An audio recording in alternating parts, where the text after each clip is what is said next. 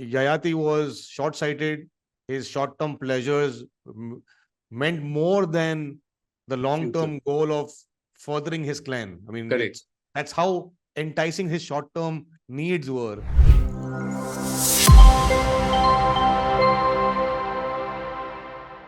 Hello, everyone, and welcome to our channel, The Mutual Fund Guys, where we speak only about mutual funds. I am Samir, and with me is Mahesh. Both Mahesh and I are partners at AMS Investments, which is a mutual fund distributor based out of Mumbai. We basically help individual investors invest in mutual funds, and that's the service that we provide. Today's episode is the story of Yayati, and anyone who is in India, who was born in India, and especially if you're a Hindu, you will know who Yayati was. He's an iconic figure in the Mahabharata. He is the genesis, I would say, of the Pandavas and the Yadavas. I think the story about Yayati and how it relates to SIP is something that is quite interesting, we think. And Mahesh, maybe you can start off with that connect and tell us what is the connect between Yayati and SIPs. Thanks, Samir. Yeah, it is a very interesting story, right? Yayati is mentioned in the Mahabharata as one of the ancestors of the Pandavas and Kauravas. So Yayati was a king. Clearly, he was a king. He married Devyani, who was the daughter of the largest guru of those days, which was Shukracharya. So Yayati marries Devyani, who is the daughter of Shukracharya. And Shukracharya is a big rishi or guru or whatever you call them, right? Now, Yayati rules wisely and also enjoys all the pleasures of being a king. Yes. So during this process, he falls in love with Devyani's maid. So even in those days, those kind of things used to happen. And then not only Sharmishta. So he marries, he actually has 3 kids through her. So now at the end of that, Devyani somehow realizes that, my husband is having an affair with my own maid. And then she obviously can't stand it. She goes to her father, Shukracharya, and complains about this. Now, Shukracharya, being a powerful rishi, really gets upset with this whole behavior of his son-in-law and decides to curse him and curses Yayati with old age and impotence, right? Yayati effectively becomes suddenly an old man, and he can't anymore enjoy the pleasures of the flesh or the pleasures of youth. And when he realizes that this is the reason that it has happened, he obviously goes to Shukracharya and begs for forgiveness. And Shukracharya, being a kind man, gives him a get out of jail card, so to speak, right? So he says that you have one option. If you can find somebody to exchange your old age, he tells Yayati, if you can find somebody to exchange your old age for that person's youth, and willingly, not through pressure or force, but if willingly somebody exchanges this, then you will get your youth back. And the other person will take on your old age. So somebody has to be old. You can at best exchange this, right? That's what Shukracharya says. Now, Yayati obviously jumps at this offer and says that I will find somebody who will exchange in return for money or whatever. So he keeps going around and asks people, can you exchange my old age for your youth? And obviously people refuse, right? Nobody wants to do that. Who wants to become old? They're young and happy, and nobody wants to become old. So Yayati, in desperation, finally approaches his son. And one of his sons, called Puru, actually agrees to do that willingly. So Yayati becomes young. Puru, who is Yayati's son, becomes old.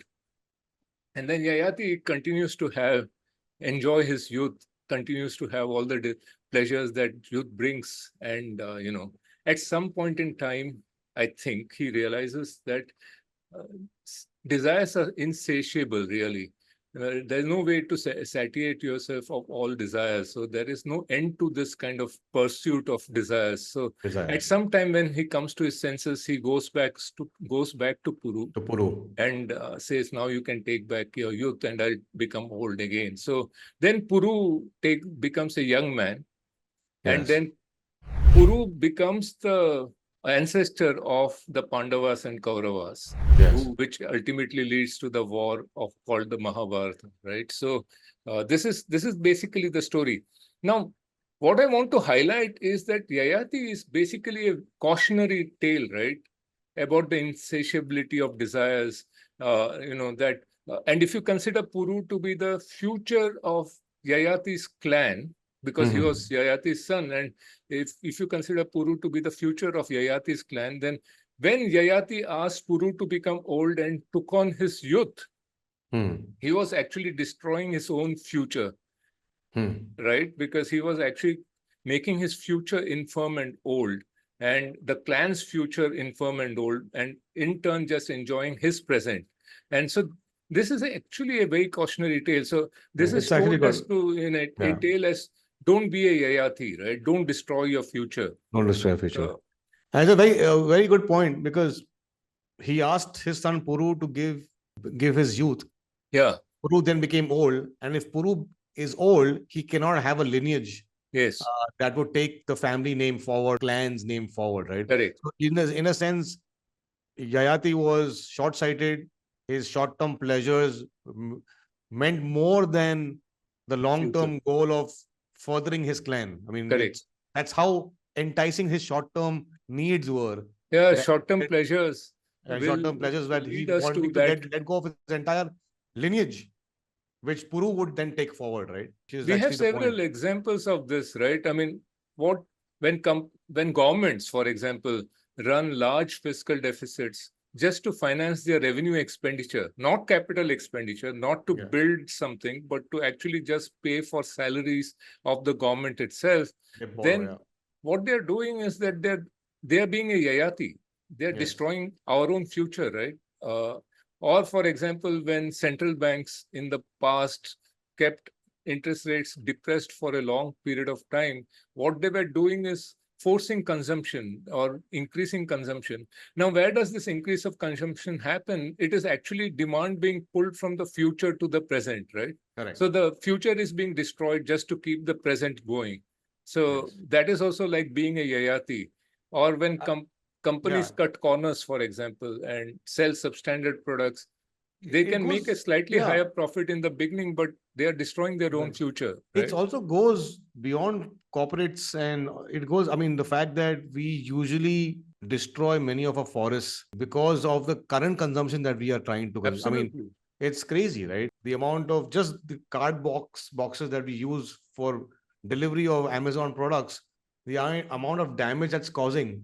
So we are doing this. I mean, we are being a Yayati, all of us, you and me included. All of us, yes. And our children, who 20, 30 years down the road, will not be able to enjoy this great planet, in the sense that because of our immediate consumption needs, which were clearly not necessary, but we are still in this. Yeah. So this is what, I mean, I think it goes, being a Yayati is something that we all do. We are all Yayatis in some way or the other. In some way or the other. In some degree or the other. Some degree or the other.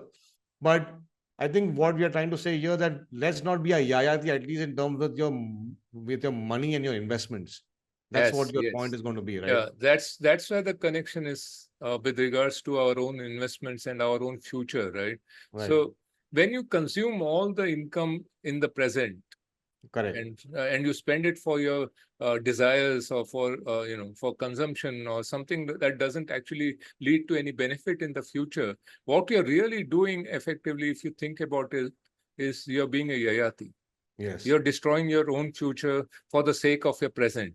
Yes. So one of the key things that we have to understand is that our income earning years is limited, right? It's say what, 25 to 55, maybe 60. These are our income earning years. If you spend all your money for consumption, then what are you going to do post your retirement? And you probably have another 20, 25 years minimum. The kind of average lifespan is 85, 90 now. So you probably end up having another 25 to 30 years to spend from the money that you have earned in those 30, 35 years, right? Yes. So the key understanding is to remember that we have to stop being a Yayati. If you're earning something now, you have to save for your future. And this is one of the best ways to do that, as we say, is through the SIP route. So do a SIP, don't be a Yayati. Don't be a Yayati. Because You Yeah. have to worry about your own future. And there's one thing very important that you said. My father keeps telling me that don't believe. I mean, people keep saying life is too short, but my dad tells me, no, life is too long, man. So be prepared when if you have a longer life, Yeah, then you need to really understand what you're going to do with that long life. A, in yeah, terms of money, and B, in terms of your time, and T, in terms of spirituality and all of that stuff, right? So life is not too short anymore, at least. Now people are living longer, yeah, and you will be surprised when you start to move towards 80, 85, and 90. You will start to think about, my God, I mean, I'm a little bit short now because I'm not being able to meet my ends. So you're completely right. I mean, and by not being a yayati, you're securing your future. At the same time, you should also consider the fact that even consumptions that we do on a daily basis, which we think are not a big deal, blah blah blah, it all ends up taking some money away from your future. Whether you're spending 1,000 rupees a day on coffee, or you're spending something on a pint of beer or whatnot, right? I mean, all these tend to obviously take some money from the future away. We're not telling people not to consume and enjoy the gifts of our world, right? I mean, we want people to go out and enjoy and stuff. But what I'm trying to say is, don't be reckless with it. It's the recklessness that causes the damage in the future, not the, I mean, you want to go and have a coffee and have a drink or go for a movie, enjoy. That's what we live for. But to be reckless about it is where it becomes slightly more cumbersome to then for them to build long-term wealth, because you're sort yeah, of on that path of Yayati, who just wanted short-term pleasure, short-term pleasure, short-term pleasure, and went to any extent, yeah. sacrificing his own son's health to get there. Correct. Shows the extremity of Yeah. his thoughts. Yeah, it actually talks about really how people will do anything for the sake of their present, even Yes, destroy their own future, and yes, not realize that one day, whether they like it or not, the future is going to come, right? yeah, Whether willy-nilly it will happen. You can't do anything about it. You will reach that stage where you are in the future now. So yeah, I know this. So this is what we try to highlight with some examples as to why SIPs are so important. Right. So correct. SIPs are important because that is how you save your future. That is how you take care of your future. That is how you get prepared for the future. So Future. SIP is nothing else but a way of ensuring that your future remains almost the same as how it is in the current, right? Uh, How it is in the present. And the advantage of the SIP is that they're not lump sums. So a short, a little bit of money every month that goes into securing a future, right? Which is not very burdensome for you to do it to begin with. So these are the advantages of SIP that no one talks about. The fact that, yes, they do help you have a secure a better future, but examples from our own Hindu traditions has shown us the mistakes that were made by our ancestors and our the people who we revere.